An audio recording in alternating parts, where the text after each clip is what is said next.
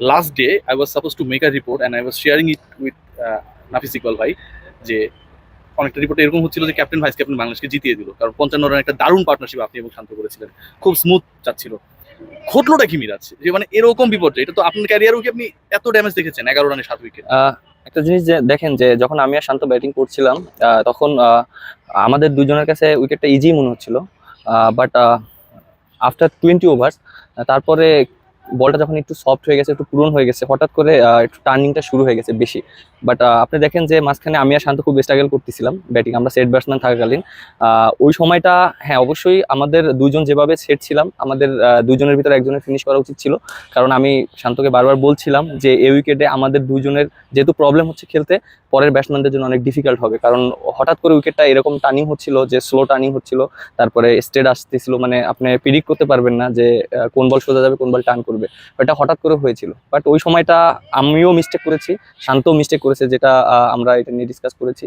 So এই উইকেটে অবশ্যই আমার কাছে মনে হয় যে সেট ব্যাটসম্যানদের শেষ করাটা উচিত ছিল, এটা অবশ্যই আমি এবং শান্ত দুজন মিস্টেক করেছি। বাংলাদেশ দলের লাস্ট ম্যাচে মানে খারাপ করার পিছনে বা এক্সপেক্টেড রেজাল্ট আমরা পেলাম না।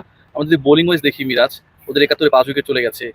আপনারাও কি মনে করেছিলেন যে তারা 240-এর কাছাকাছি চলে যেতে পারে? মানে এটা কি মনে হয়েছিল যখন ওদের দ্রুত 5 উইকেট চলে গেল? না, এটা কখনোই মনে হয়নি। আপনি দেখেন যে যেহেতু আমাদের পেস বলাররা ভালো বোলিং করেছে, খুব দ্রুত 5টা উইকেট নিয়েছে, আর আমরা মিডল ওভার উইকেট পাইনি, ওরা একটা 100 রানের পার্টনারশিপ করেছে। এটা আমি মনে করি যে আমাদের বোলিং ওয়াইজ পেস বলাররা খুবই ভালো বোলিং করেছে, দারুণ স্টার্ট করেছে ফিজ, শরীফুল, তাসকিন তিনজনই। বাট আমার কাছ থেকে যতটা প্রত্যাশা ছিল ততটা আমি পূরণ করতে পারিনি, এটা আমি মনে করি। লাইক কিরকম, যে মিডল ওভারে আমি এবং রিশাদ যদি 2টা উইকেট বের করতে পারতাম তাহলে আমাদের জন্য ইজি হয়ে যেত। হয়তো আমি রান কম দিয়েছি, বাট আমার কাছ থেকে টিম এক্সপেক্ট করে যে উইকেট নেওয়ার জন্য, কারণ আমার রোলটা খুব ইম্পর্টেন্ট টিমের ভিতরে। আমি যদি উইকেট নিতে পারি এবং রান করতে পারি, এটা বাংলাদেশ টিমের জন্য আমি মনে করি অনেকটা ম্যাচ জেতার ক্ষেত্রে অনেকটা উপকার হয়। সেকেন্ড ম্যাচ, সেই জায়গা থেকে যদি দেখি যে মুশফিক নেই, মুশফিক সেটব্যাক, আপনার আসলে কতটা মোটিভেটেড মানে সমতায় ফেরার একটা ম্যাচ? হ্যাঁ, দেখেন যে যেহেতু আমাদের অপরচুনিটি আছে, একটা ম্যাচ হেরেছি আর এখনো 2টা ম্যাচ আছে। সো আমরা 2টা ম্যাচ নাম চিন্তা করে নেক্সট ম্যাচটা আমাদের জন্য অনেক ইম্পর্টেন্ট, যেহেতু আমরা একটু ব্যাকফুটে আছি। আর যেহেতু আমরা একটা ম্যাচ খেলেছি এখানে আফটার লং টাইম, আমরা ওডিআই খেলেছি, আপনি দেখেন যে 7-8 মাস আগে আমরা খেলেছি। সো একটু সবার ভিতরে ওই জিনিসটাও একটু কাজ করছিল যে অনেকদিন পর আমরা ওডিআইতে খেলছি, আমরা প্রিপারেশনটা ওইভাবে নিচ্ছি। সো আশা করি যে যেহেতু অনেকদিন পর খেলেছি, এই মাঠে একটা আইডিয়া হয়েছে, আর সবাই ভালো মোমেন্টাম কিভাবে নিতে হবে সেটা আমরা প্র্যাকটিস করছি। আর যেটা বললেন মুশফিক ভাই, এটা তো অবশ্যই আমাদের জন্য একটা দুঃখজনক যে মুশফিক ভাই ইনজুরি হয়েছে, এবং মুশফিক ভাই টিমের ভিতর কত ইম্পর্টেন্ট পার্সন সেটা আমরা সবাই জানি, কারণ সে যেভাবে ক্রিকেট খেলে এবং দেশকে সার্ভিস দিয়ে গেছে, এটা অসাধারণ ছিল। মিরাজ, আমার 2টা প্রশ্ন। প্রথম প্রশ্নটা হলো যে টি-20 বিশ্বকাপের লাস্ট ম্যাচে আমরা আফগানিস্তানের সাথে হেরেছিলাম, যদিও সেটা টি-20 ফরম্যাটের, সেই আফগান জুজুটাই আপনাদের মধ্যে কাজ করেছে কিনা, এরপর একটা। আপনি দেখেন যে আফগানিস্তানের সাথে তো আমরা এর আগে অনেকও জিতেছি। আপনি দেখেন ওডিআইতেও তো আমরা জিতেছি ফার্স্ট ম্যাচ ওয়ার্ল্ড কাপে, আপনি তারপরে দেশের মাটিতে টি-20 জিতেছি, এর আগে আমরা সিরিজ জিতেছি বাংলাদেশের মাটিতে। সো এটা এমন না যে আমরা ওদের সাথে একটা ম্যাচ হেরে গিয়েছি, আমাদের সবকিছু চলে গিয়েছে, এরকম কোনো কিছু না।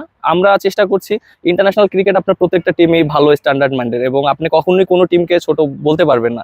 সো আমরা যেটা চেষ্টা করছি, একটা ম্যাচ আমাদের খারাপ হয়ে গিয়েছে, আমরা হয়তো যেভাবে আশা করেছিলাম উইকেটটা সেই রকম আমাদের সাথে আচরণ করেনি।